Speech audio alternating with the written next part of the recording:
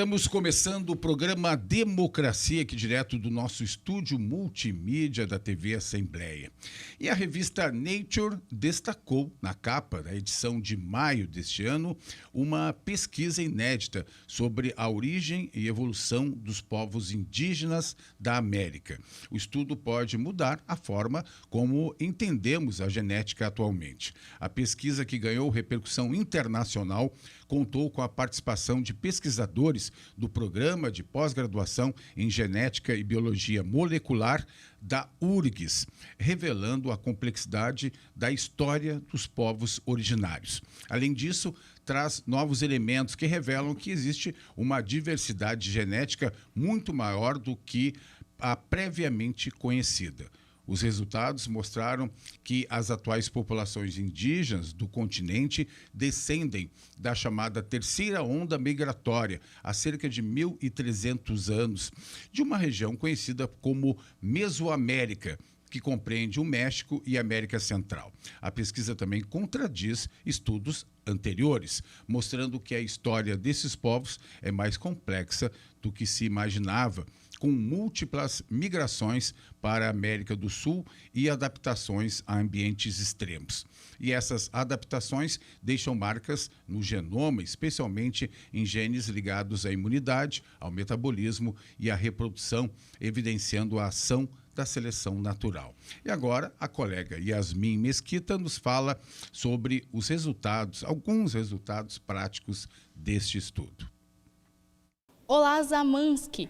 Na prática, os resultados mostram que os povos indígenas da América carregam variações genéticas únicas, que não estão representadas em estudos baseados majoritariamente em populações europeias. Isso tem impacto direto na medicina de precisão e nas políticas públicas, pois pode influenciar tanto o risco quanto a proteção em doenças comuns. Segundo a pesquisa, é essencial trabalhar este conhecimento sobre a chamada diversidade genômica, que mede a variação genética dentro de cada espécie, o que é importante para desenvolver diagnósticos e tratamentos mais eficazes baseados em medicina de precisão. Volto com você aí no estúdio. Valeu, obrigado, Yasmin Mesquita, participando aqui do nosso Democracia. E para ampliar este tema, nós contamos com os nossos convidados aqui no estúdio. Está o Gustavo Medina, que é mestre em Biologia Animal pela URGS, está concluindo o doutorado em Genética e Biologia Molecular, também pela Universidade Federal do Rio Grande do Sul. Também aqui a Maria Cátira Bortolini, formada em Ciências Biológicas pela URGS, tem mestrado e doutorado em Genética e Biologia Molecular, também pela Universidade Federal, e ainda pós-doutorado pela University College de Londres. Gustavo, prazer tê-lo aqui. Prazer. Maria Cátira, nós temos muita coisa, eu tenho muitas curiosidades e também e quem nos acompanha. E aqui na tela do nosso estúdio multimídia está Maria Tereza Schmidt Mesquita, que é cirurgia dentista, formada também pela Universidade Federal do Rio Grande do Sul e doutoranda no programa de pós-graduação em Genética e Biologia Molecular, também pela URGS, que está falando diretamente de Barcelona. É isso, Maria Tereza? Seja bem-vinda. Isso aí, obrigada. Olha, começar por ti, Maria Cátira, que estás que lidera, né, esse estudo, que é uma das coordenadoras desse estudo que ganhou a capa nada menos do que a revista Nature, né? Eu queria que tu falasse um pouco mais da tua atuação, né, até da relação com o Gustavo e com a Maria Tereza, que vocês fazem parte de um grupo, né, da URGS, e a importância desse estudo ter a repercussão que teve, que está tendo naturalmente. Hoje a ciência ela ganhou aspectos e dimensão em nível genômico, então tem muitas populações no mundo sendo estudadas em nível genômico, que é a base da informação que faz os indivíduos serem o que são e faz as populações serem o que são. Então, a trajetória evolutiva de uma população está marcada no genoma. Só que havia um buraco nisso, o buraco de conhecimento sobre populações originárias.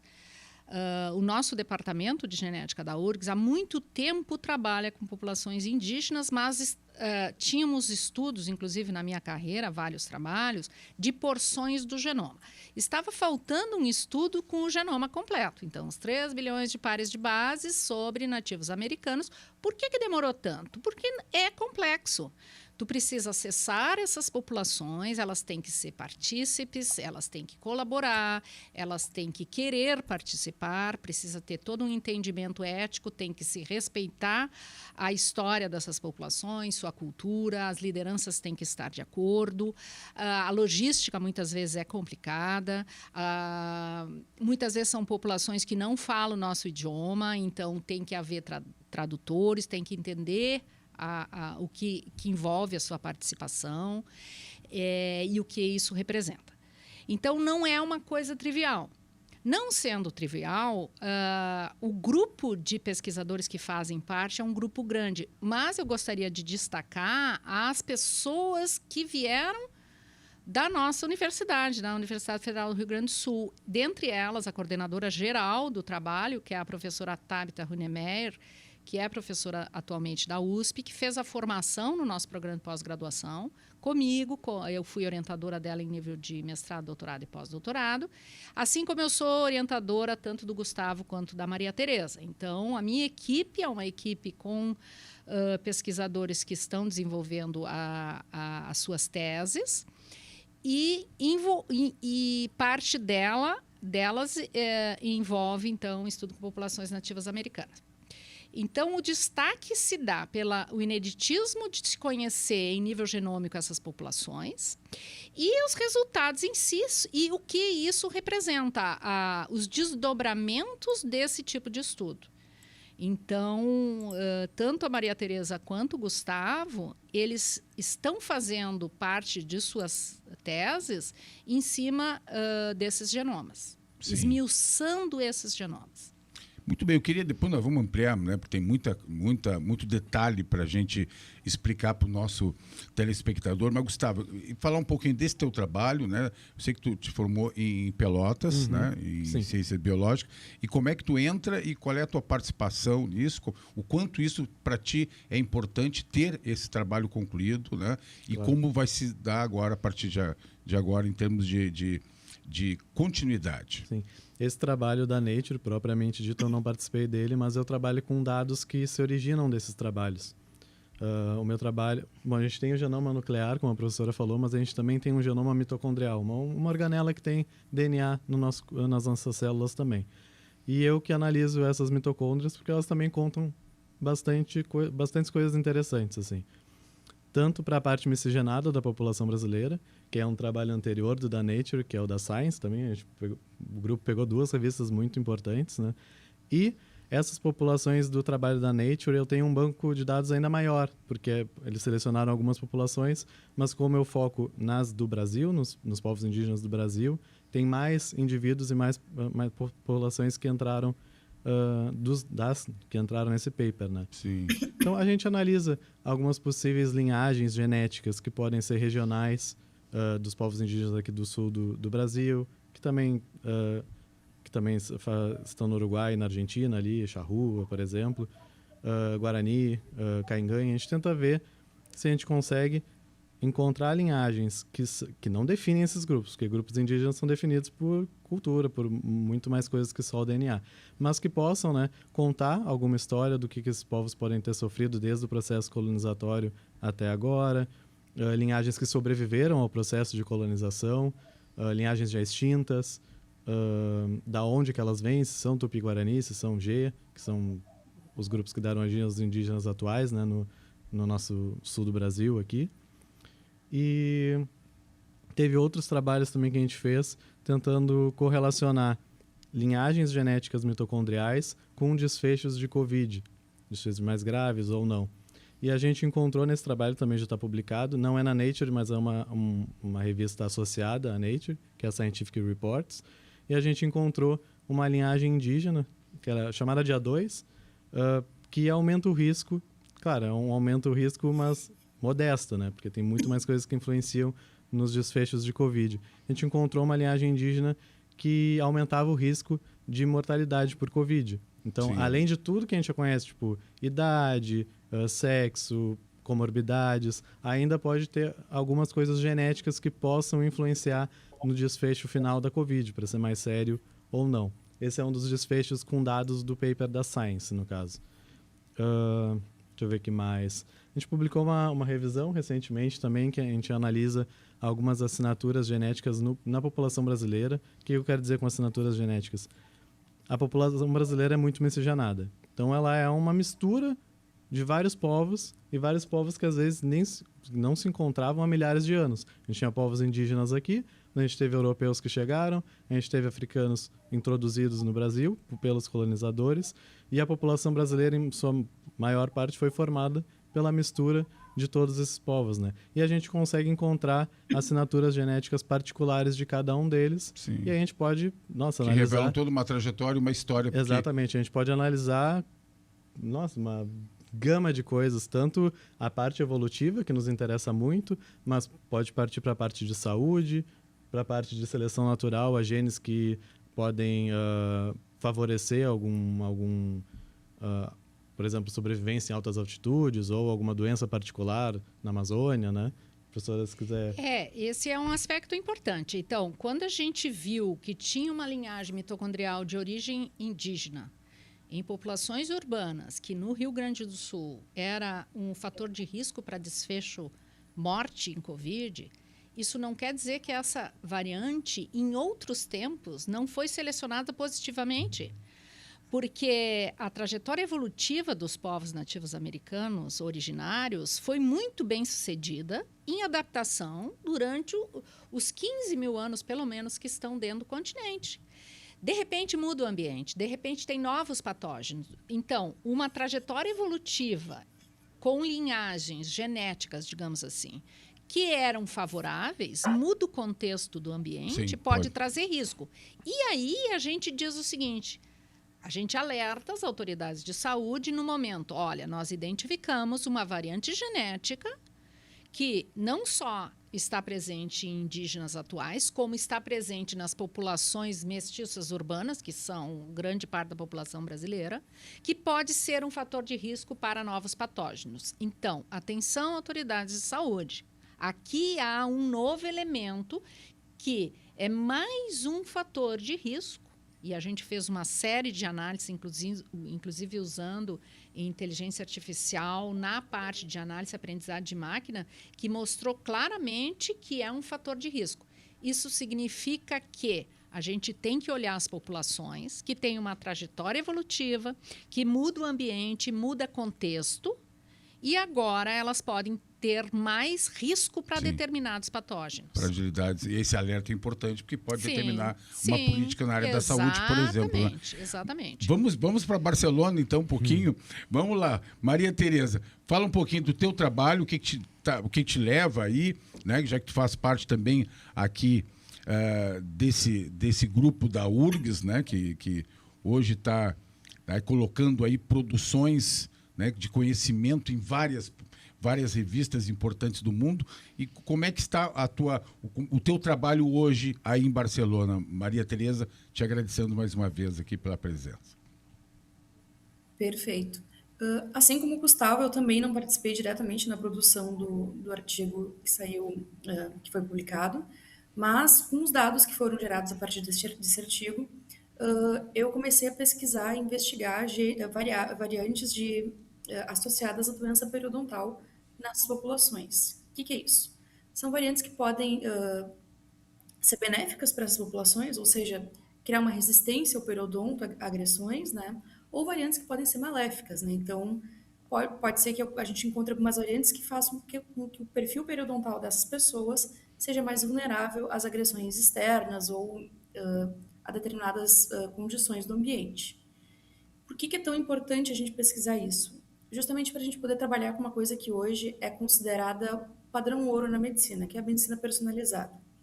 Então, a gente não pode olhar um indivíduo e colocar ele à frente de um tratamento generalizado. A gente precisa personalizar esse tratamento, justamente entender quais são as necessidades específicas daquela população, daquele indivíduo, e através do estudo da genética desses povos, a gente consegue chegar numa igualdade da medicina mais melhor, né? A gente consegue chegar num nível de maior igualdade médica para a população brasileira. E especificamente o que eu estou fazendo aqui em Barcelona agora, eu estou trabalhando com a equipe do Instituto de Biologia Evolutiva da Universidade Pompeu Fabra, e eu estou em contato direto com os bioinformatas aqui da universidade para poder justamente aprender a localizar essas variantes, conseguir verificar quais são os parâmetros dessas variantes, qual é o padrão normal, digamos assim, quais variantes podem ser as de risco, né? E aí sim começar a fazer essa listagem de variantes que podem ser maléficas ou prejudicar e predispor esses indivíduos à doença periodontal, né? Eu acho que também vale ressaltar que isso é muito importante não só na odontologia, não só na doença periodontal, né, mas sim na saúde geral. A gente precisa de pessoas que olhem todo o genoma e vejam o que pode estar associado a cada doença, né? E especificamente no meu caso, como eu trabalho com doença periodontal, a importância que isso tem na saúde geral dessas populações. A gente sabe hoje que a doença periodontal é um fator de risco muito grande para o desenvolvimento de diabetes, que antigamente a gente achava que era ao contrário, que a diabetes favorecia a doença periodontal. A gente sabe que hoje é uma via de mão dupla. Pessoas que têm doença periodontal também têm mais chance de desenvolver diabetes. Então a gente precisa entender como essas variantes podem impactar a saúde geral dessa população, né? Então, basicamente é isso que eu estou fazendo aqui. Sim. Só explica um pouquinho para nós, um pouquinho melhor, a questão da doença periodontal. O que é para as pessoas entenderem? Perfeito. Doença periodontal é aquela doença que acomete todos os tecidos em volta do dente, ou seja, é a gengivite e a periodontite. Quando a gente tem um sangramento gengival ou alguma reabsorção óssea em torno do dente, a gente pode classificar como doença periodontal. Tá? Sim. É uma doença muito comum e muito prevalente na população brasileira. E essa relação com diabetes, então, que também é uma novidade, então, nesse caminho da ciência. Tu vais permanecer aí em Barcelona por quanto tempo ainda nesse teu trabalho? Eu vou ficar até o dia 17 de agosto, mas eu tenho mais 2 colegas minhas que vão ficar aqui mais tempo, não necessariamente trabalhando com essa linha, mas também aprendendo com os bioinformatas aqui do laboratório e dando sequência nos estudos do nosso grupo. Depois tu voltas para a URGS, para o trabalho aqui na URGS. Depois isso? Eu volto para a URGS, isso. Maravilha. Maria Kátia, falar um pouquinho até de dúvidas que eu tenho ao analisar, né, por cima. Posso só comentar um detalhe do trabalho da Maria Tereza? Como ela está trabalhando com esses genomas de indígenas, a gente tem que lembrar que essas populações indígenas deixaram de ser caçadores-coletores recentemente. Então, tinham uma trajetória evolutiva, mais uma vez, né, entra a biologia evolutiva, de caçadores-coletores, com hábitos de caça e coleta até recentemente. Aí muda esses hábitos de caça e coleta para hábitos urbanos ocidentais de consumo, grande consumo de açúcar e todo o resto, né? Gorduras, açúcares, etc, etc. Então, fatores de risco para uma série de problemas bucais, dentários. Só que o acesso ao cuidado de higiene que um ocidental tem urbano, por exemplo, e inclusive de um dentista, é dificultado. Então, nós temos populações que estão mudando seus hábitos de dieta de uma geração para outra. Muito rápido. Muito rápido. São doenças multifatoriais, ou seja, tem o fator ambiental, que é o fator de risco, comer muito açúcar, etc. A comida industrializada, que está chegando nas aldeias, nas terras indígenas, muito rapidamente, né? A mudança. Os ultraprocessados. Os ultraprocessados, nem todos têm acesso à questão, e culturalmente também, à questão da higiene bucal, que a gente tem para consumir tudo isso, né? E a gente não sabia nada sobre os fatores de risco genético que eles têm. Mais uma vez, a questão evolutiva. Eles evoluíram em outro contexto ambiental, em outro contexto de patógenos, em outro contexto de microbiota oral, que é uma outra linha de pesquisa que nós temos, que a Maria Tereza também está conduzindo durante o doutorado dela. Então, disbiose, que é essa microbiota oral em desequilíbrio por causa da mudança rápida, pode levar à doença periodontal. Mas e os fatores de suscetibilidade? Que todo mundo tem e que não só os indivíduos são diferentes, mas existem determinados perfis populacionais. Então, por isso que a gente estuda populações. É o primeiro screening que a gente faz para saber esta população tem uma variante genética em mais alta frequência que populações não indígenas, por exemplo. Não quer dizer que todas aquelas pessoas vão ter aquela variante, mas a gente sabe que aquela população, prestem atenção, autoridades de saúde, aquela população indígena tem uma variante de suscetibilidade a risco a uma determinada enfermidade maior do que a população em geral. Então, vai ter indivíduos dentro dessa população e a prevalência de certas doenças comuns ou doenças raras, pode ser também, vão ser mais frequentes. E é preciso orientar, então, um tipo de... Exatamente. De enfrentamento Exatamente, diferenciado. Diferenciado. Porque nós vamos entrar em outras questões aí que estão apontadas nesse trabalho, né, Gustavo? Mas o que se falava... se tinha a ideia de até contra aquela ideia nazista da raça pura, é que em relação à miscigenação, que isso, grosso modo, fortaleceria, né, a saúde e a capacidade de enfrentar doenças, por exemplo, né? Sim. Né? Isso ainda é uma lógica que se estabelece a partir desse estudo também, fazendo uma relação com esse estudo da Nature publicado. Sim. É quando tem uma população que é muito aparentada e elas se reproduzem entre si, as chances de uma mutação deletéria acontecer e se disseminar por essa população é grande. Então, se dois primos, por exemplo, têm aquele alelo deletério, cada um tem um, e geram filhos, as chances dos filhos terem uma doença, não sei, algum problema, aumenta, né? Então, quando tu mistura populações bem diferentes, isso é um pouquinho diluído, vamos dizer assim. Não sei se era essa a questão sim, em si. Então, a miscigenação, sim, em alguns casos pode aumentar o fitness, que a gente diz, né? Um valor adaptativo. É um valor adaptativo. Sim, e fica nada mais muito resistente a isolado, essa adaptação. muito segregado, isolado. Do ponto de vista genético, aumenta as chances de pôr em homozigose, como a gente diz, alelos de risco. Então, a miscigenação, vamos dizer, traz ares novos para uma população, Sim. alelos, né, aumenta a diversidade, isso é bom. E a questão isso, voltando à colonização, o que esse estudo aponta de diferente para tantas populações que foram dizimadas, né, de indígenas em função de o que se ouvia assim, né, também de forma simplificada, que eu estou colocando para vocês aprofundarem, né, uma doença que não era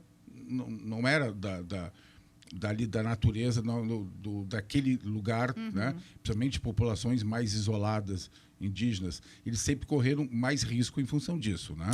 O que isso traz? Assim, todos os humanos vieram de períodos da nossa história evolutiva, como Homo sapiens, de sociedades caçadoras-coletoras. Na América, se estabeleceu esses povos originários basicamente em dois grandes grupos culturais, vamos dizer assim, a grosso modo, né?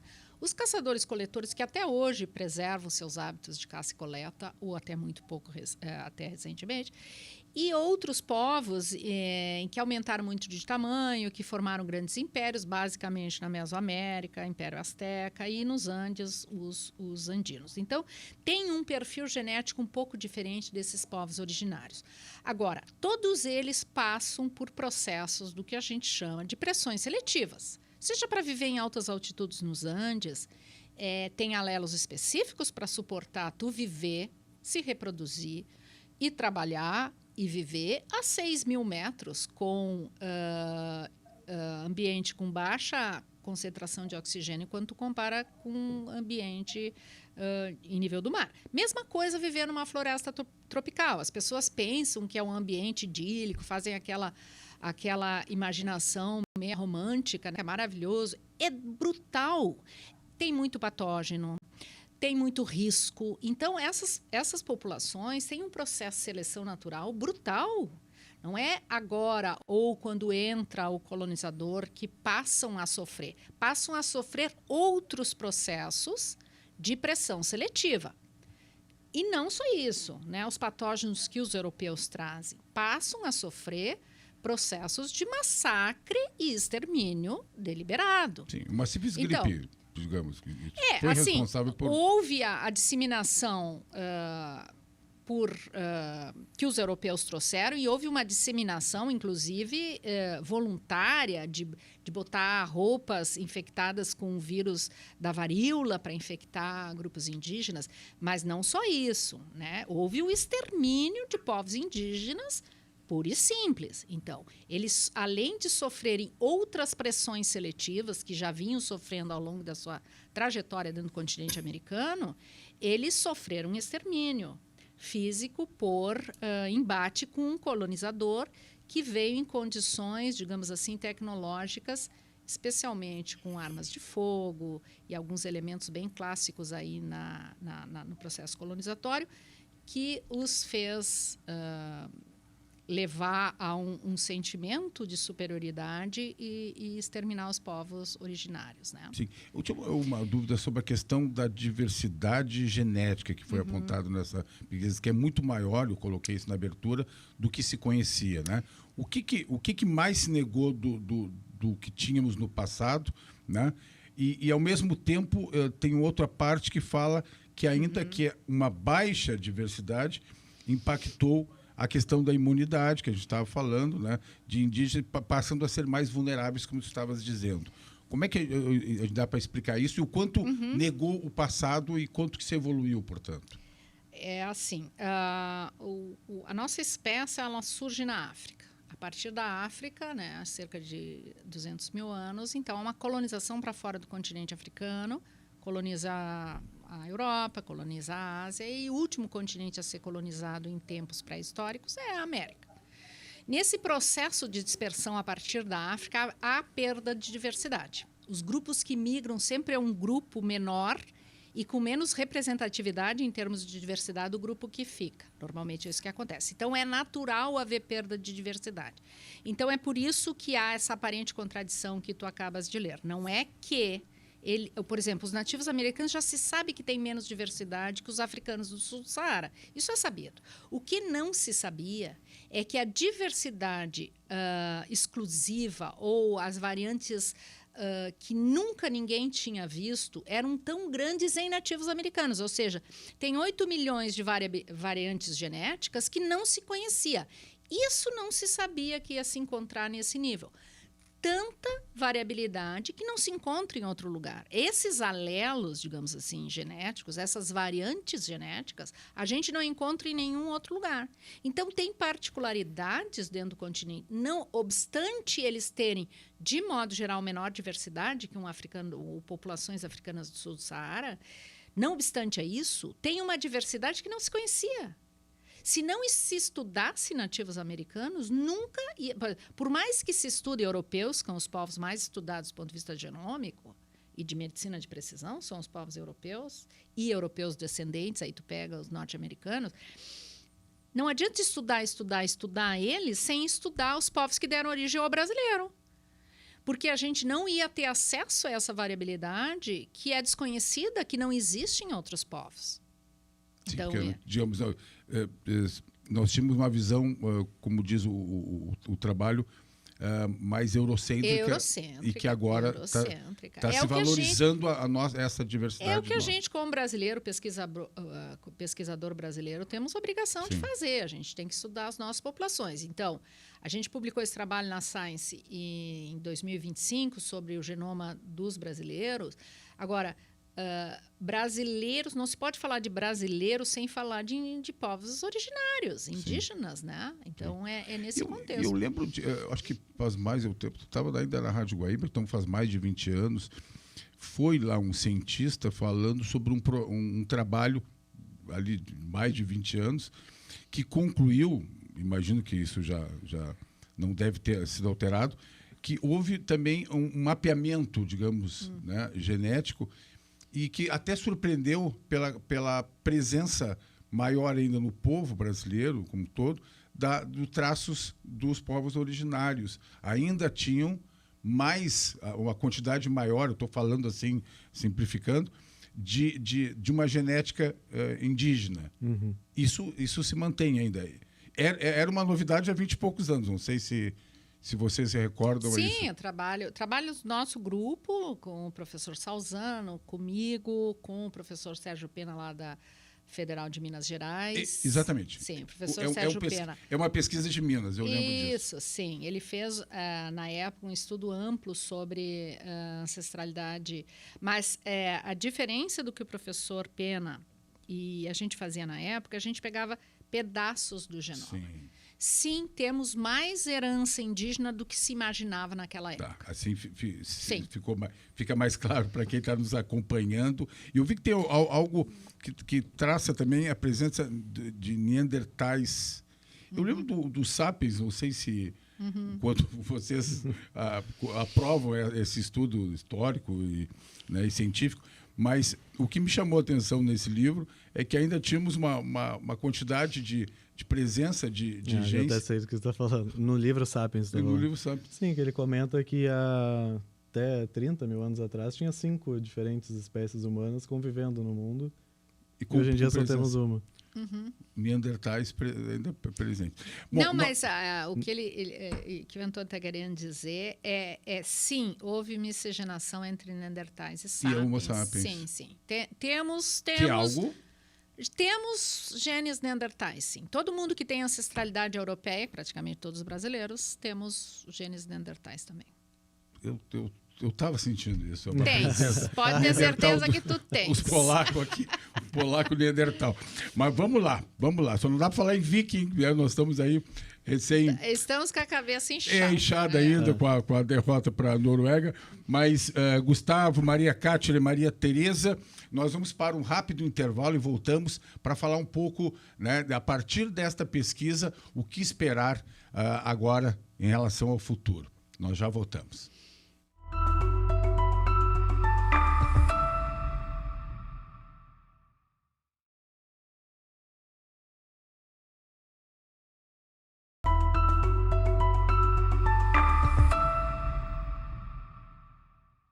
Voltamos para a segunda parte do nosso programa Democracia. Nós seguimos aqui no estúdio multimídia da TV Assembleia, hoje falando de ciência e de uma publicação importante dentro da revista Nature, que deu capa nesta revista, que é um trabalho que teve a participação de professores, estudiosos aqui da Universidade Federal do Rio Grande do Sul, sobre a origem, trazendo mais elementos sobre a origem e evolução dos povos indígenas da América. E nós seguimos aqui no estúdio com o Gustavo Medina, mestre em Biologia Animal pela URGS, agora concluindo um doutorado em Genética e Biologia Molecular.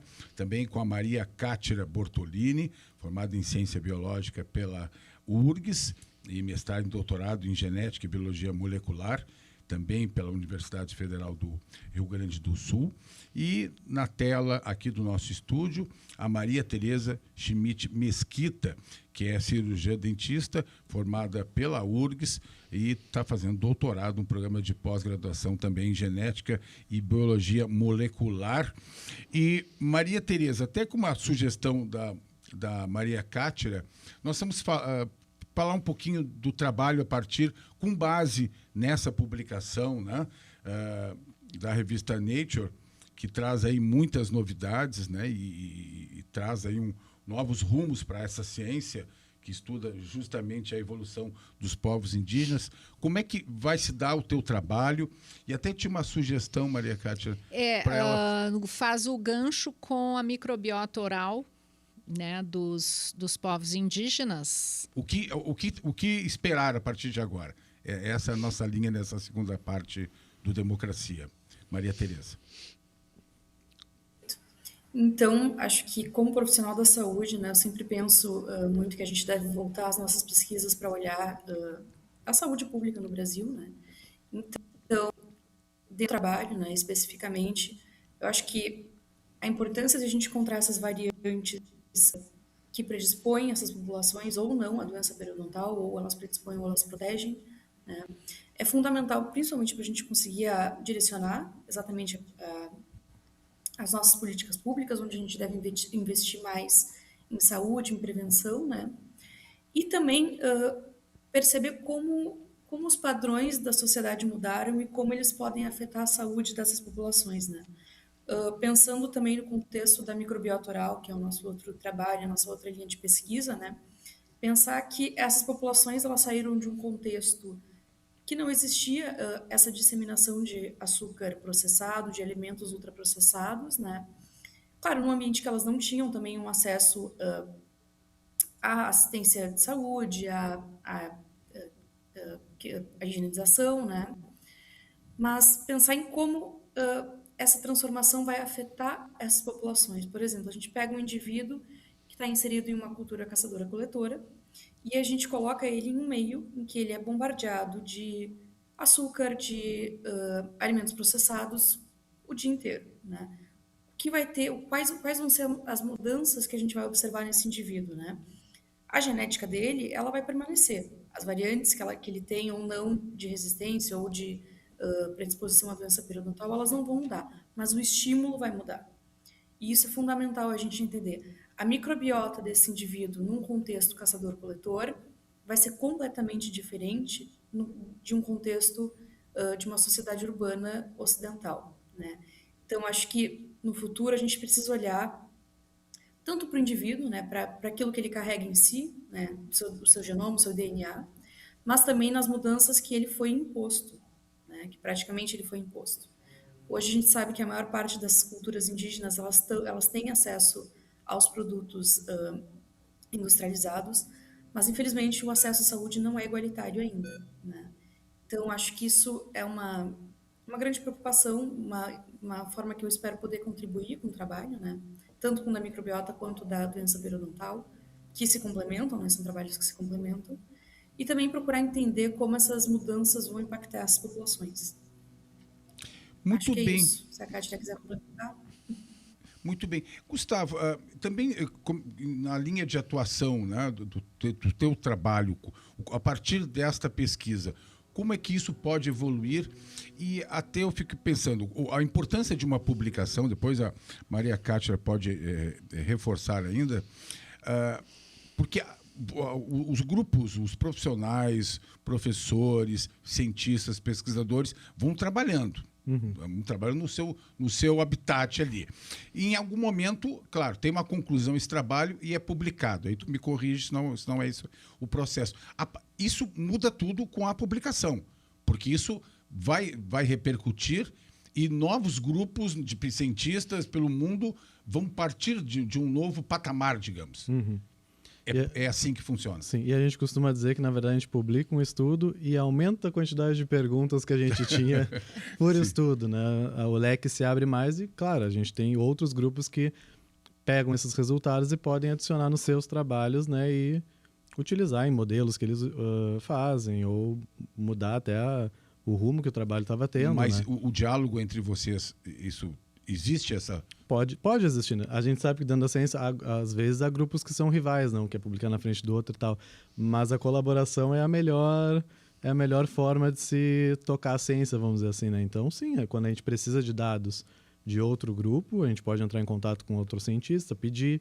Às vezes eles dão acesso, às vezes é um dado que tem alguma privacidade, não pode ser passado, mas normalmente a colaboração Sim, no caso desse artigo publicado na Nature, passou a ser público e acesso...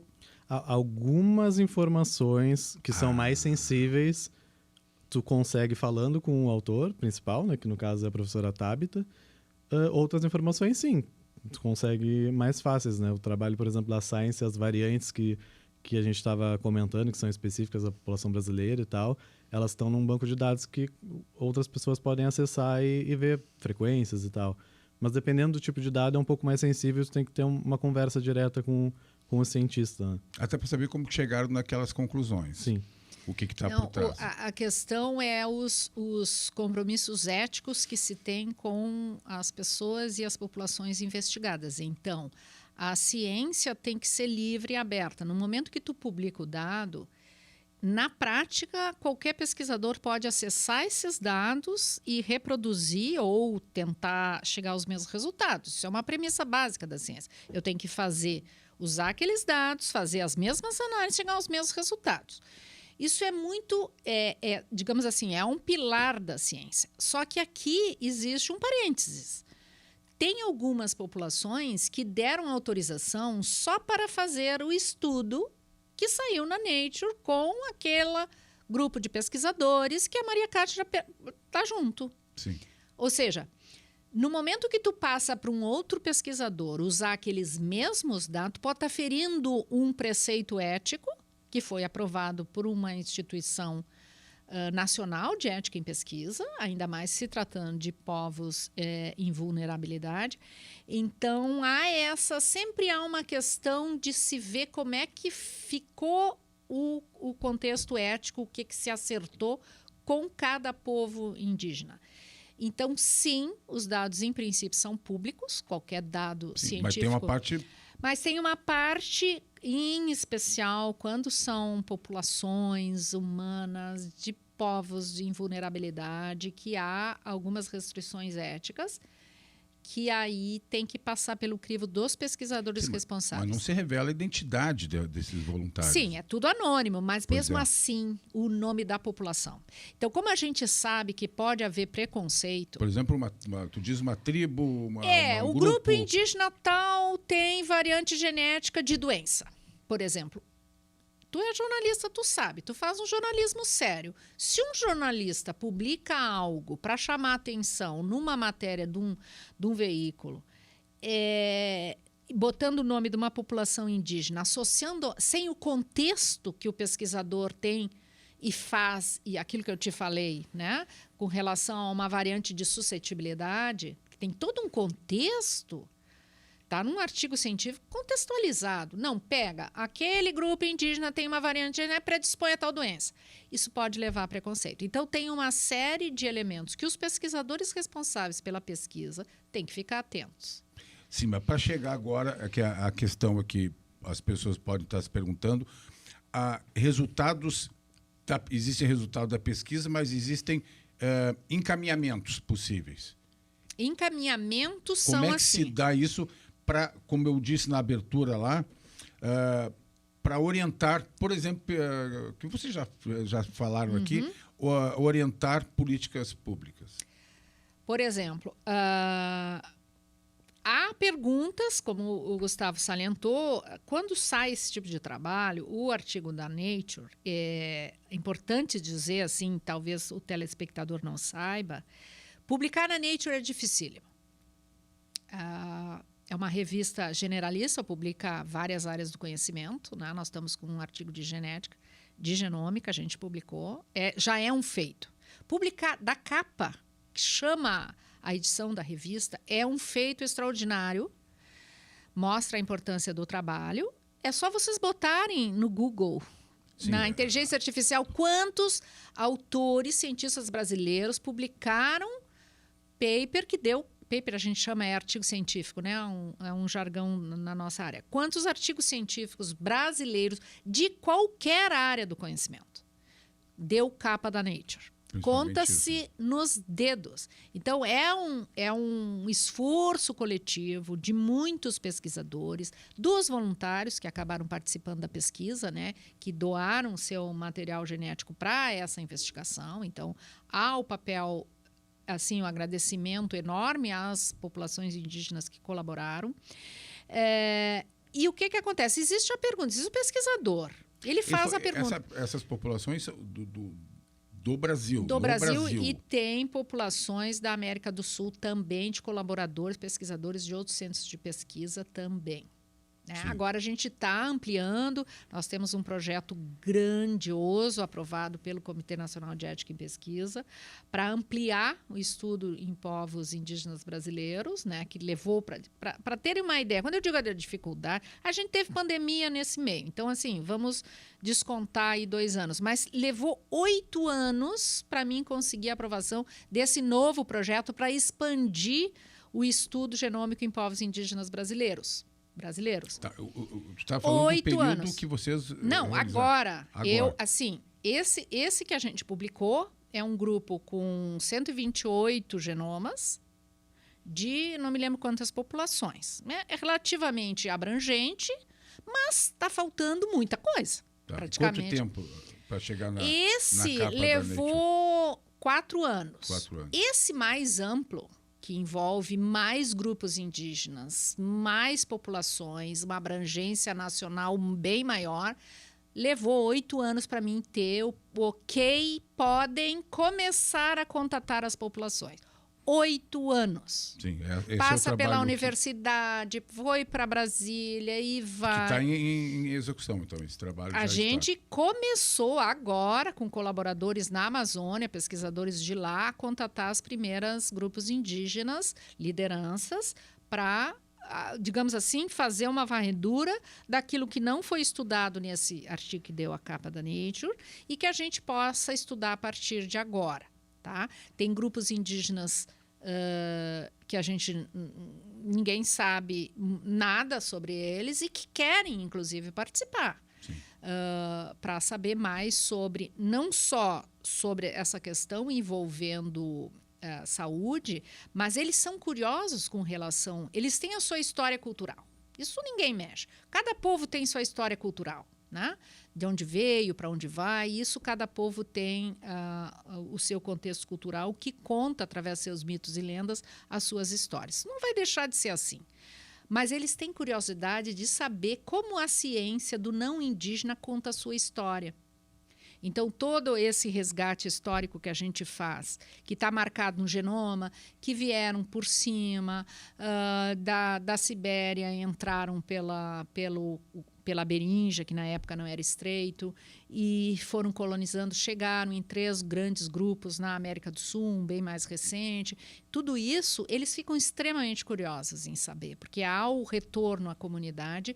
Bom, então, o que essa ciência do branco, vamos dizer assim, conta sobre a nossa história? E eles são curiosos com relação a isso, né? E vai ter uma repercussão prática, isso com certeza, sim, com todas sim, as questões sim, éticas, sim, mas sim, que sim. vai chegar esses alertas que vocês Uma coisa vêm importante falando. nesse projeto que eu acabei de aprovar agora, me deu muita satisfação para fazer uma coisa mais ampla, também tem uma coisa importante. A gente precisa trazer indígenas que já estão na universidade, em nível de graduação, para a pós-graduação.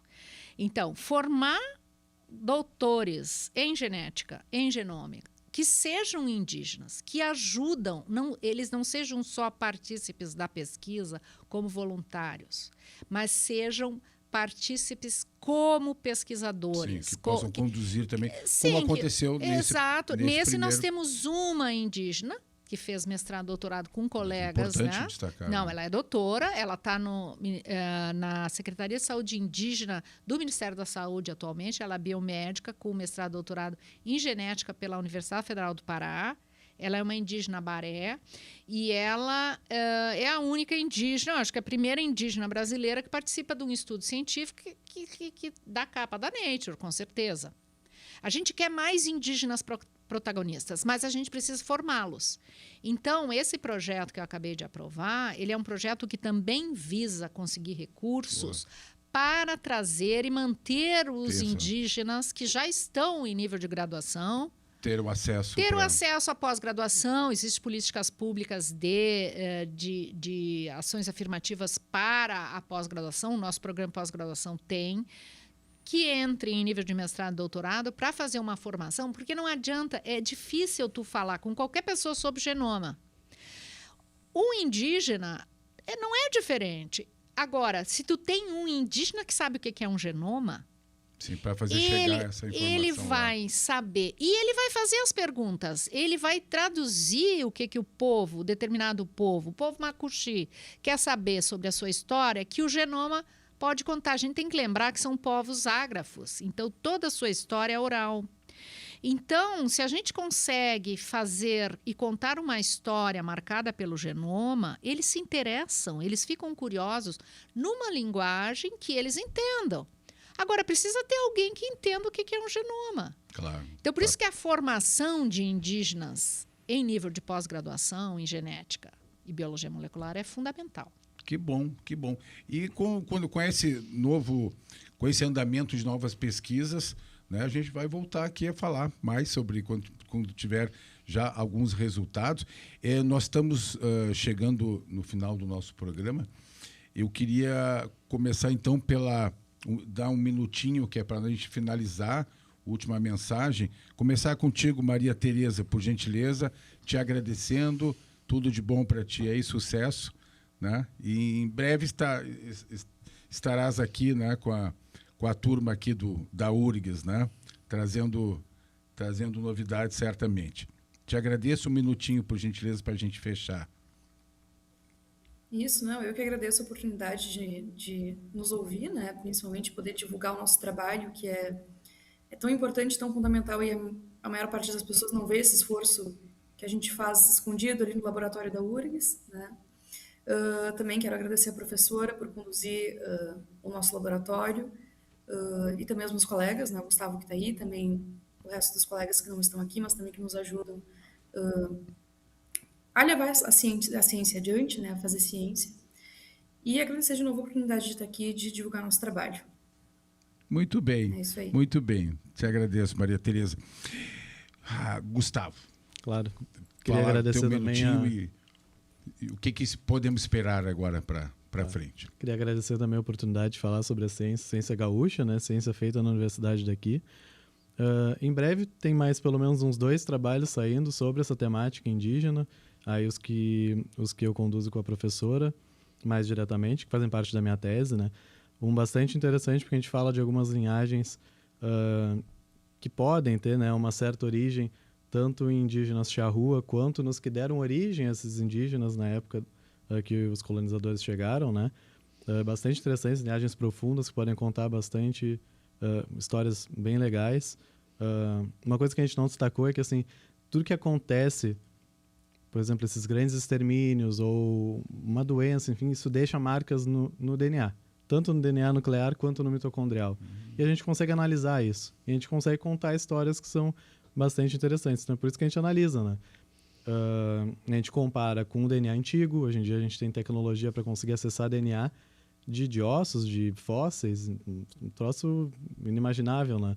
Com qualidade, né? Que a gente já fazia há um certo tempo, mas agora com uma qualidade que não se compara. Inteligência artificial está aí Também para colaborar, né? Imagina, a professora falou que a gente tem pelo menos aí 3 bilhões de pares de base para analisar. Como é que um ser humano faz isso? Com vários genomas, né? A gente tem que ter, né, ajuda de computação. A bioinformática hoje em dia está muito alta, né? E a URGS está bem em relação a isso. Tá. Sim, com estrutura para isso. A URGS tem tanto nos cursos de biologia em geral, quanto nos de informática, né? A bioinformática faz essa transição, na verdade, essa união entre as 2 grandes áreas, na biotecnologia também.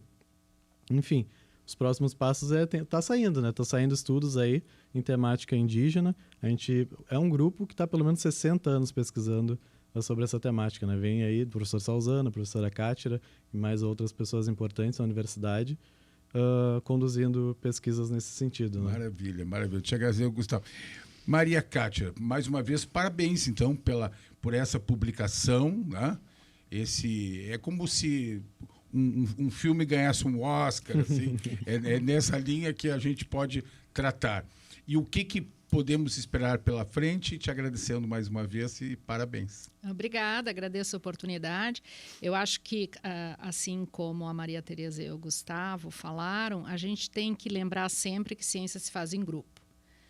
E lembrar sempre que tem pessoas que nos antecederam. Então, se a genética da URGS nos proporciona fazermos pesquisa e formar recursos humanos que hoje estão fazendo a diferença, né?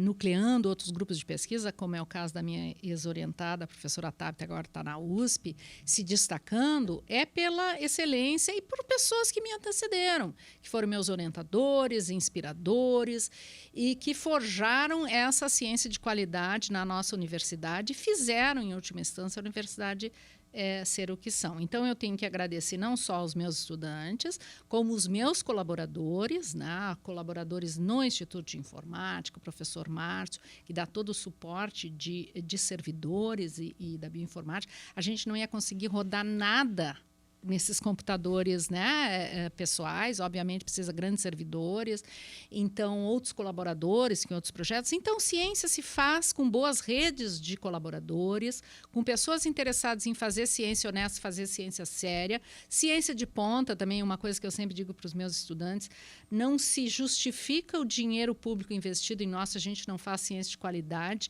ciência na fronteira do conhecimento, então não podemos fazer ciência medíocre e achando que estamos fazendo grande coisa, não, a gente tem que chutar a bola lá na frente e atrás, a gente sempre, eu brinco com eles, pensam o seguinte, a gente tem um grande projeto, tem uma grande ideia, tem 100 ou 200 chineses já fazendo, querendo chegar lá. Então, há muita competição no mundo, competição boa, há competição ruim também, mas vamos ficar na coisa boa da ciência, que faz a coisa andar.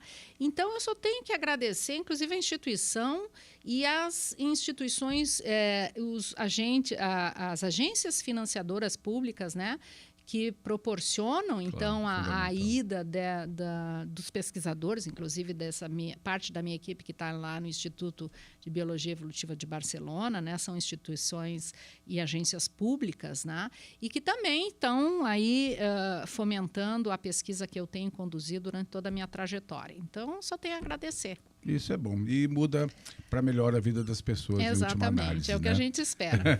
Muito obrigado, Maria Cátia, Maria Tereza, Gustavo. Foi um prazer conversar com vocês. É um tema interessantíssimo aqui dentro do nosso Democracia. A gente volta no próximo programa. Até lá.